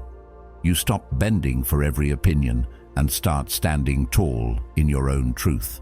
And that kind of freedom is worth more than all the applause in the world. Because when you no longer need approval, you no longer live for others. You live for yourself, in alignment with your values, your vision, your deepest self. Approval is a leash, and it will hold you as long as you let it. But detachment is freedom, and it is waiting for you the moment you decide you are ready to walk unchained. Criticism is another test, one of the most subtle and dangerous trials we face in daily life. At first, it always feels personal, as if someone has aimed a dagger at your sense of worth. Words can cut deeper than steel because they strike at identity, at pride, at the fragile parts of ourselves we don't want exposed. Yet if you step back, you'll see that most criticism isn't about you at all. It's a mirror reflecting the critic's insecurities, their disappointments, their unresolved conflicts. They project those things onto you because it feels easier than facing themselves. And if you accept that projection as truth, you end up carrying borrowed pain. Why let the wounds of others become your own? That burden was never meant for you, and the wisest path is to recognize it, take what is useful, and leave the rest behind. This ability to filter criticism is rare because we are conditioned to treat every comment as valid. From childhood, we're trained to respond to feedback immediately, to explain ourselves, to defend, to justify. But living this way turns every voice into a master over your emotions. Marcus Aurelius faced endless criticism as emperor, yet in his meditations he reminded himself, if you are distressed by anything external, the pain is not due to the thing itself, but to your estimate of it. He saw clearly that criticism gains its sting from our interpretation, not from the words themselves. One person hears an insult and dismisses it. Another hears the same words and carries the weight for years. The difference lies in the estimate, the value you assign to it. And that value is always in your control. Think about how often people project their limitations onto others. Someone criticizes your ambition because they have abandoned their own. Someone mocks your courage because they never found theirs. Someone doubts your vision because they cannot see beyond their narrow frame. If you let their words shape you, you are letting their limitations become your boundaries. Of course, not all criticism is worthless. Some is valuable, even essential. The challenge is to discern the difference. Constructive criticism comes from those who want to see you grow, who have knowledge and perspective worth considering. Destructive criticism, on the other hand, is nothing but noise, born from envy, bitterness, or ignorance. The wise learn to filter. They don't discard everything, nor do they swallow everything whole. They separate the grain from the chaff, the useful from the useless, and in doing so, they turn even negative voices into tools for progress. Seneca observed, "No man was ever wise by chance. Wisdom is deliberate, it requires practice, and filtering criticism is part of that practice. You must train your mind not to be shaken by every passing word, but to listen with clarity. If the words offer truth, embrace them. If they are empty, discard them without a second thought. To be unmoved by shallow judgments is not arrogance, it is maturity. It means you have built your worth on a foundation deeper than the noise of opinion. Think of an artist chiseling a statue. Passers-by will comment, some will admire, some will mock, some will give unsolicited advice. The artist doesn't abandon his vision every time a voice interrupts. He listens when someone speaks with knowledge, but he ignores the rest. His work is guided not by the noise of the crowd, but by the clarity of his own purpose. Life works the same way. You are the sculptor. If you adjust your shape every time someone comments, you end up with nothing but fragments. But if you stay true to your form while remaining open to wisdom, you create something lasting. Plato once said, "Opinion is the medium between knowledge and ignorance." Most criticism belongs to that in-between space. It is neither pure wisdom nor pure nonsense. It's a reflection of where the critic stands in their own growth. This is why filtering is so important. Treating every opinion as law is as dangerous as dismissing every opinion as worthless. The art lies in discernment, and discernment is what allows you to keep moving without being paralyzed by words. But how do you keep criticism from cutting too deeply? By remembering that you are not obligated to accept every gift handed to you. An insult is like a package left at your door. You don't have to bring it inside, you can leave it where it is. The critic may have created it, but you decide whether to claim it. Detachment is the strength to see words as external objects rather than as reflections of your identity. And when you practice this, you begin to notice how much lighter life feels. You carry only what is useful, leaving the rest behind. When you begin to live this way, you find yourself less shaken by words. You hear them, you consider them, but you do not carry them. They pass through you like wind. And because of this, you gain a kind of quiet strength that others notice. You become someone who cannot be easily manipulated by opinion, someone whose worth is rooted deeper than the surface. And this calmness is magnetic. People are drawn to those who remain steady in the storm of voices. So the next time criticism comes, and it will, remember that it is just another test, not of your worth, but of your wisdom. Keep what helps you grow, discard the rest, and move on. Because life is too short to carry the pain that others are trying to hand you. And the freedom of living unbothered is found not in silencing critics, but in silencing the part of yourself that believes every word deserves your energy. Do you see the pattern? When you act unaffected, you don't just protect yourself from harm, you completely flip the power dynamic. The moment someone realizes their words or actions cannot penetrate you, the balance shifts. Instead of you struggling to defend yourself, they begin struggling to understand you. People admire what they cannot shake because it suggests a depth of strength they don't yet possess. And they respect what they can't easily figure out because mystery has always carried its own kind of power. To stand firm, unbothered, is to become an enigma. And mystery in itself becomes strength. Think of the times in history where true influence came not from loud displays, but from quiet, steady composure. Leaders who didn't need to explain themselves at every turn often carried the most authority. Their silence was not emptiness, it was presence. Marcus Aurelius once reminded himself, "Be like the rock against which the waves continually break, but it stands firm and tames the fury of the water around it." This image is powerful. The rock doesn't shout at the waves, doesn't attempt to stop them. It simply remains unmoved. And because of this, it transforms the chaos around it into calm. That is the kind of strength people feel when you act unaffected, a groundedness that speaks louder than reaction ever could. Carl Jung spoke of the psyche in similar terms, emphasizing that people are unsettled when they meet something they can't categorize. He wrote, "The meeting of two personalities is like the contact of two chemical substances. If there is any reaction, both are transformed.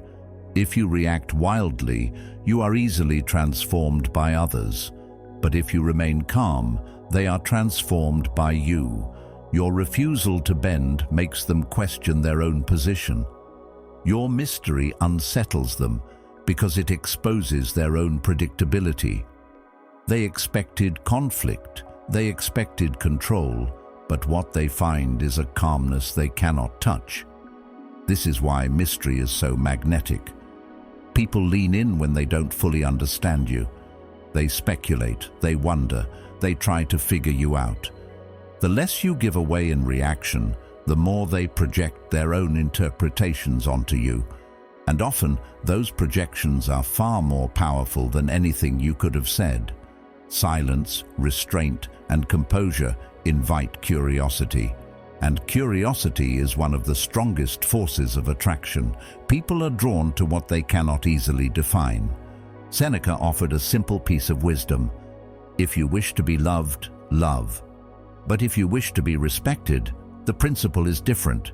You must not be easily moved. Respect is born not from bending, but from standing firm. People trust those who remain steady under pressure, because steadiness suggests mastery. When others lose control, they look to the one who hasn't.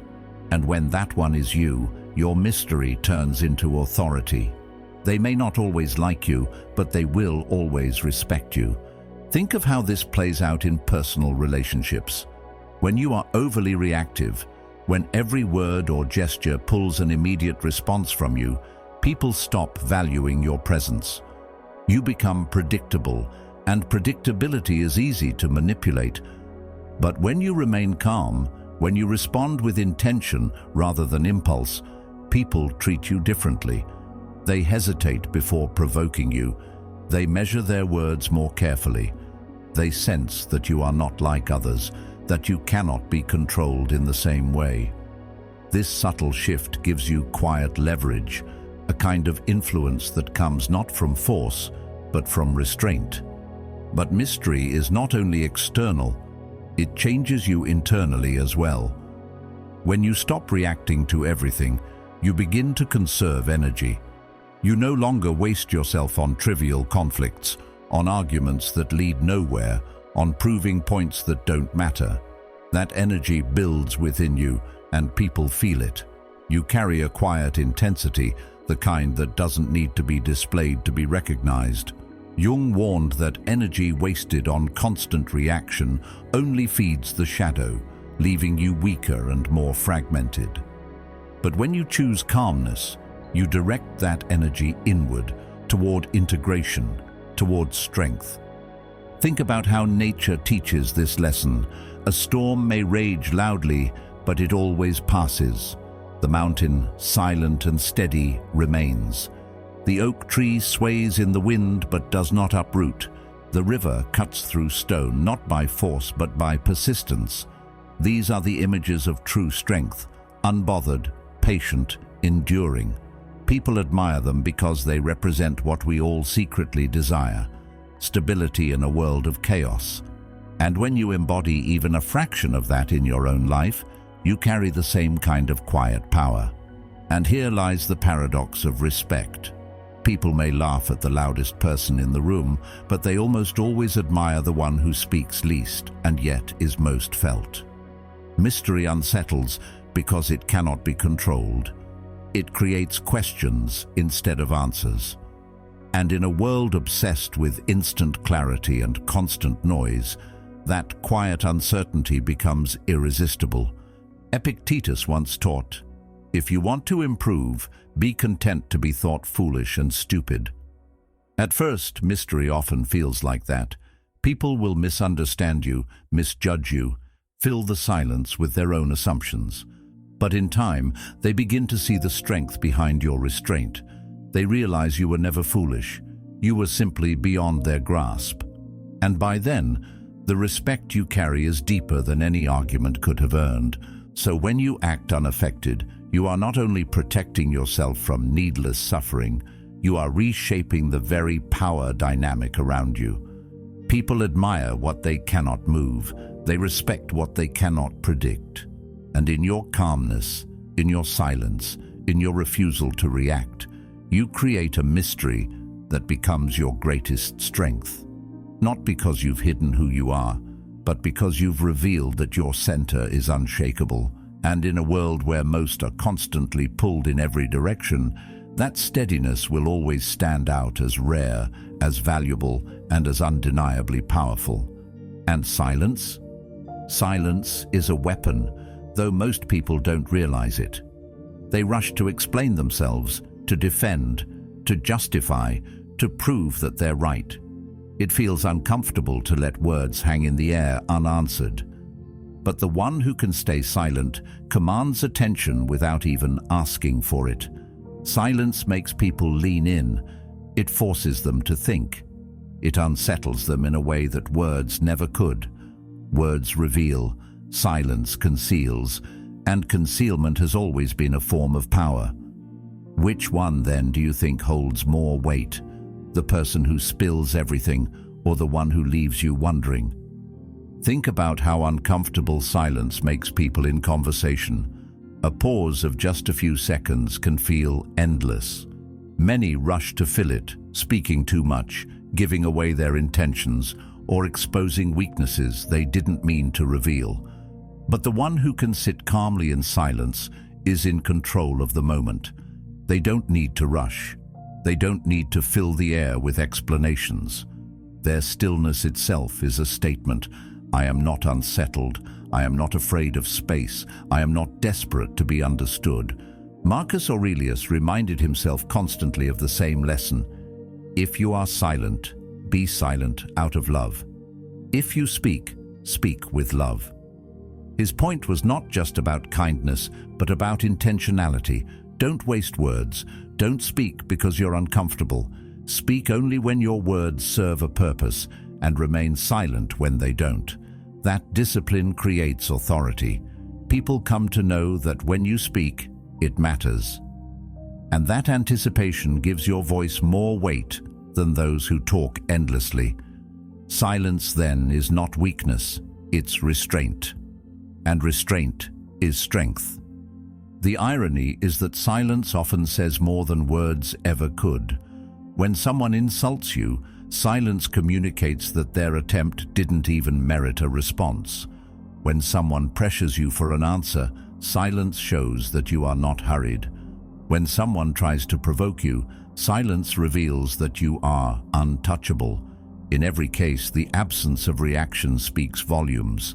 And silence doesn't only disarm others, it sharpens you. When you speak less, you listen more. You hear the tone beneath the words, the hesitation in the voice, the contradiction between what someone says and what their body communicates. Most people miss these details because they are too busy preparing their own responses. But silence makes you observant. It allows you to gather information without giving away your own position. This is why in negotiations, in arguments, and even in everyday interactions, silence is often the most strategic move. You reveal nothing while learning everything. Seneca captured this wisdom when he wrote, "It is quality rather than quantity that matters." He meant it about life itself, but the principle applies equally to words. A few words spoken at the right time carry more force than endless chatter. Silence ensures that when you do speak, your words are not diluted. They strike harder because they are rare. Like a sword unsheathed only when necessary, your voice becomes a weapon sharpened by restraint. Think about the leaders, the mentors, the figures you have respected most. Were they the ones who filled the air with constant words, or were they the ones who spoke less, but whose words carried weight? The quiet ones often leave the deepest impression because their silence creates space. Space for thought, space for meaning, space for mystery. And yet silence is not passive. It is not indifference. It is deliberate, intentional, chosen. A weapon not to harm, but to protect your peace and preserve your power. Silence doesn't mean you accept everything. It means you don't waste yourself on what doesn't deserve you. This kind of silence can feel radical in a world obsessed with noise. We live in an age of endless opinions, of constant explanations, of voices demanding to be heard. But those who master silence rise above the clamor. They don't need to prove themselves in every debate or justify themselves to every critic. Their calmness becomes magnetic. Their silence commands more attention than another person's shouting ever could.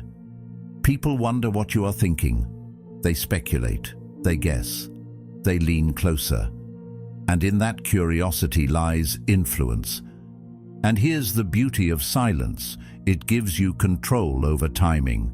Words once spoken cannot be taken back, but silence gives you space to choose the right words. In moments of conflict, silence cools the heat and clears the fog. In moments of decision, silence allows reflection instead of impulsiveness.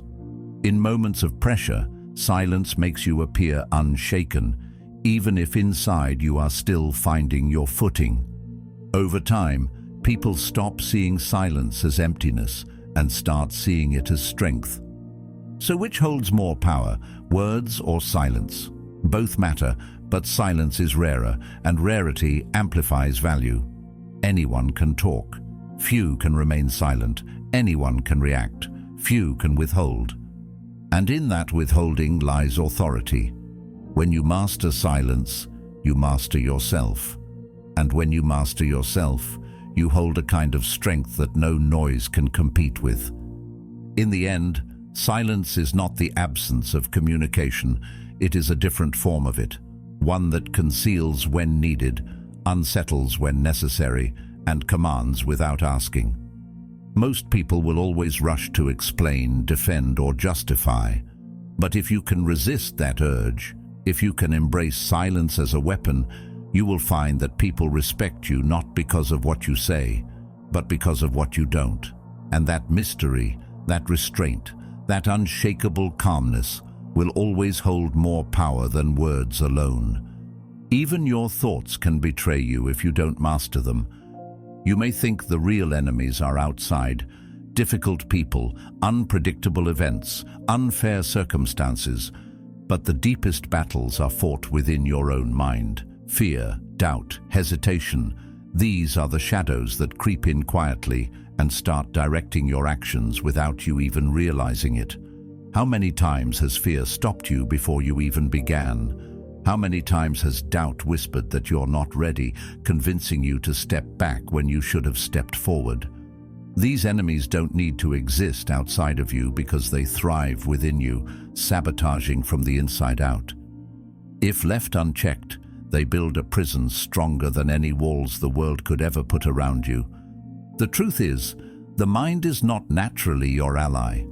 Left untrained, it wanders, clings, resists, and reacts. It can be your greatest tool or your greatest obstacle. That is why it must be trained daily, just as the body must be strengthened through exercise. A mind left idle becomes weak, but a mind challenged and disciplined becomes unshakable. Training the mind begins with awareness. Gratitude, discipline, and detachment are not lofty ideals, but exercises in focus. Gratitude shifts your attention away from what is missing and toward what is already present. When you train yourself to see what you have, you stop feeding fear with scarcity. Discipline sharpens your ability to act despite discomfort, to remain steady when laziness or doubt tries to drag you down. And detachment allows you to see thoughts and emotions for what they are, visitors, not rulers. Together, these practices become the foundation of mental strength. Without them, the mind becomes soft, easily controlled by impulses, moods, and outside noise. The mind grows the way a muscle grows, through resistance. Without resistance, the body remains soft, fragile, easily broken. Without challenges, the mind remains the same, repeating old patterns, never gaining strength. That is why setbacks, difficulties, and failures are not just obstacles, but essential tools for growth. Each moment of resistance is an opportunity to build resilience. Epictetus told his students, "Difficulties are things that show what men are." When you meet resistance and endure it, you prove to yourself that your mind can withstand pressure. And every time you withstand pressure, you grow stronger. This is why people who avoid challenges often feel weaker, even when life is easy. They are untested. Their minds, like unused muscles, have not developed the capacity to endure. But those who embrace resistance, the daily practice of discipline, the willingness to face discomfort, are the ones who build unshakable strength. Think of the person who wakes early despite wanting to sleep in, who chooses patience when anger rises, who remains calm when provoked. Each of these is a small act of resistance, a small weight lifted by the mind. Over time, these small acts accumulate into extraordinary strength. But mastery is not achieved once and for all. The mind must be trained daily. Just as a single workout will not make you strong, a single moment of discipline will not build lasting resilience. This is a lifelong practice. That is why rituals matter. Morning reflections, moments of silence, gratitude lists, mindful breathing, acts of restraint. Each one is a rep, a set, a repetition for the mind. These are not small or trivial. They are the building blocks of an unshakable inner world, and without them, you risk becoming enslaved to whatever thought or emotion happens to arrive. Jung also warned that unexamined thoughts can dominate you silently. He suggested that when we deny our weaknesses, they take on power in the unconscious. This is why fear feels overwhelming when you ignore it, but smaller once you face it. Mastery requires honesty. You must be willing to admit where your thoughts betray you, where fear still paralyzes you, where doubt still grips you. Only then can you begin to train those parts of yourself. The shadow must be acknowledged before it can be integrated. Plato believed that self-mastery was the highest form of power. He saw the ability to govern the self as greater than the ability to govern others. And this is exactly what training the mind provides. Sovereignty. When you master your thoughts, you are no longer tossed around by every emotional tide. You no longer collapse under hesitation. You move with direction, clarity, and purpose. Others may try to provoke you, but your mind is steady. Events may test you, but your center remains intact. This kind of sovereignty cannot be given, only earned, and it is earned through daily training. Imagine the difference between two people facing the same crisis. One reacts in panic, overwhelmed by fear and doubt. The other remains calm, thoughtful, deliberate. The event is the same, but the outcomes are worlds apart.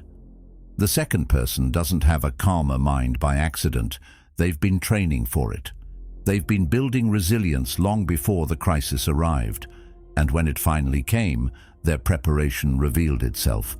Pressure exposes the training you've done, and the mind, when properly trained, becomes your greatest shield. So remember this: your thoughts are not always loyal companions.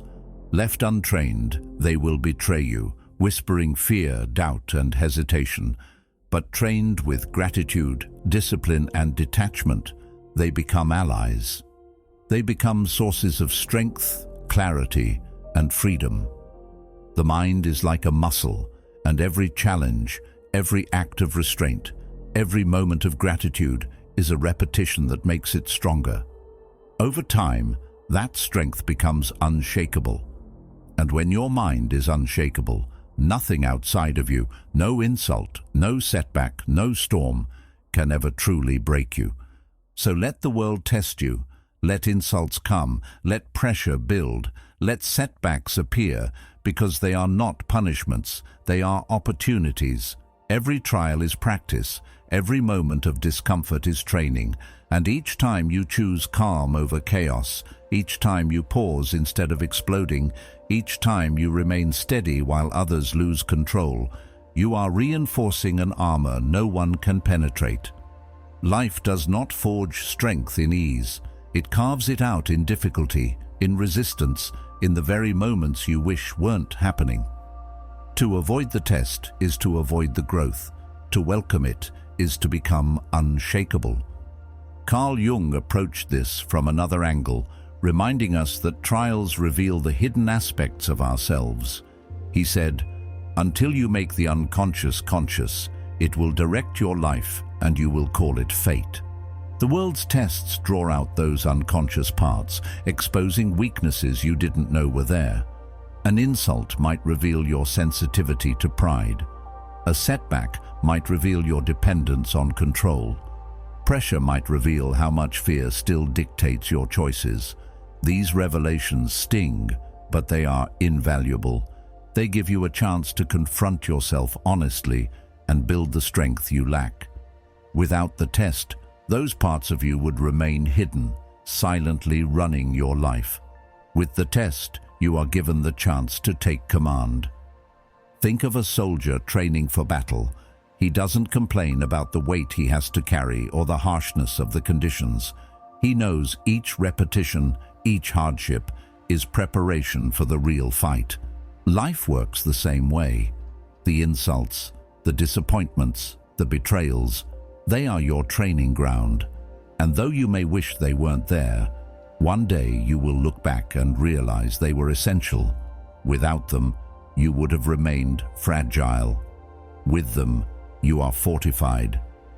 Seneca once wrote, "Fire tests gold, suffering tests brave men." You cannot claim strength without trials to prove it.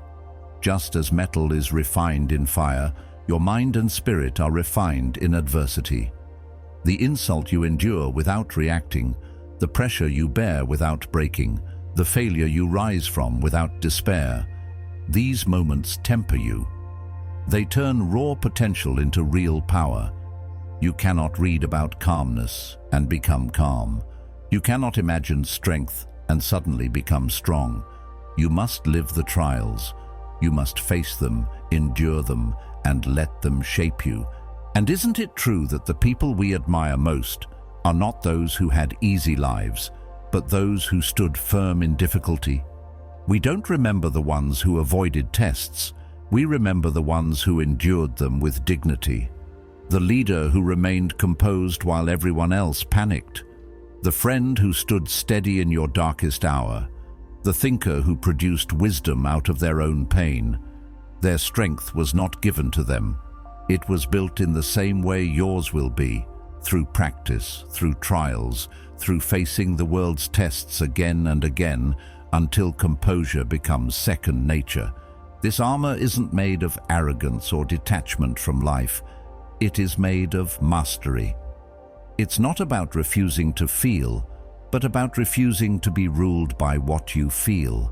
The insult still stings, but you don't let it guide your action. The pressure still weighs on you, but you don't let it dictate your decisions. The setback still disappoints you, but you don't let it trap you in despair. This is how armor is built, layer by layer, choice by choice, moment by moment. Until one day people look at you and wonder why nothing seems to rattle you. They see only the strength. They don't realize it was forged in countless small battles they never witnessed. Plato, too, saw the value in trials when he wrote about the soul being tested and shaped by struggle. He believed that the highest form of strength was born not in comfort, but in facing hardship with clarity. And this is the gift the world gives you, even when it feels cruel. It will test you. It will insult you. It will press you down. But it is in those moments you are being shaped into someone greater. And once you recognize this, you stop resenting the trials. You start using them. So let the world test you. Don't run from the insults, the pressure, the failures. Let them come, and when they do, remember they are not there to destroy you, but to train you. Every trial is practice. Every moment of struggle is another chance to build resilience. Each time you choose calm over chaos, you add another layer to the armor no one can penetrate. And when that armor is strong enough, nothing outside of you, not people, not events, not even fate, will have the power to break you. Because in the end, it's not the world that determines whether you remain unshaken. It's you. The trials will come no matter what, but whether you collapse under them or grow because of them, that choice is always yours. And when people look at you, wondering why nothing seems to rattle you, that's when you'll know you've built something rare. You've mastered the art of being unbothered, not because life suddenly became easier, not because problems stopped arriving, but because you became stronger, because you finally understood the truth, that control does not come from bending the world to your will, but from owning your own reactions to it. Once you own your reactions, you own your life. That is the kind of freedom most people never taste, and yet it is available to anyone who dares to train for it. This kind of strength is quiet, but it does not go unnoticed. People sense it. They see how you move through storms without losing your footing. They notice how insults bounce off of you, how pressure fails to break you, how setbacks don't define you. They may not understand it at first, and often it unsettles them, because while the majority are quick to anger, quick to defend, quick to fall apart, you are steady. You carry yourself differently, and that difference is magnetic. It pulls respect from others without you ever asking for it. It's important to understand that being unbothered is not the same as being indifferent. Indifference is apathy. It's the refusal to engage with life at all. Being unbothered, on the other hand, is the choice to engage fully without being ruled by every twist of fate or every opinion of others. You still feel, you still care, you still act, but you do so from a place of sovereignty. You respond on your own terms, not because someone pulled you into a reaction. That difference is subtle but profound. One keeps you chained, the other keeps you free.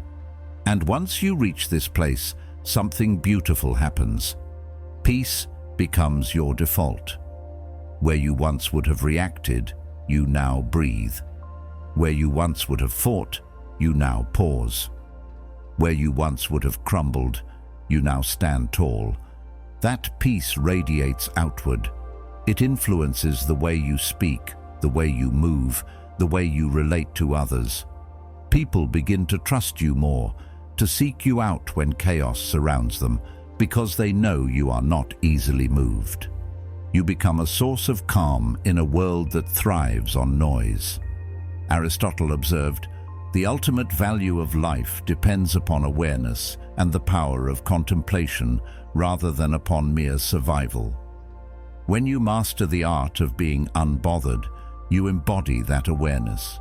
You're no longer living in a state of survival, reacting to every spark around you. You are living deliberately, with clarity, with intention. Your calmness is not passive, it's active. It's the product of constant awareness, of choosing carefully where to direct your energy, and of refusing to waste it on things that don't serve you.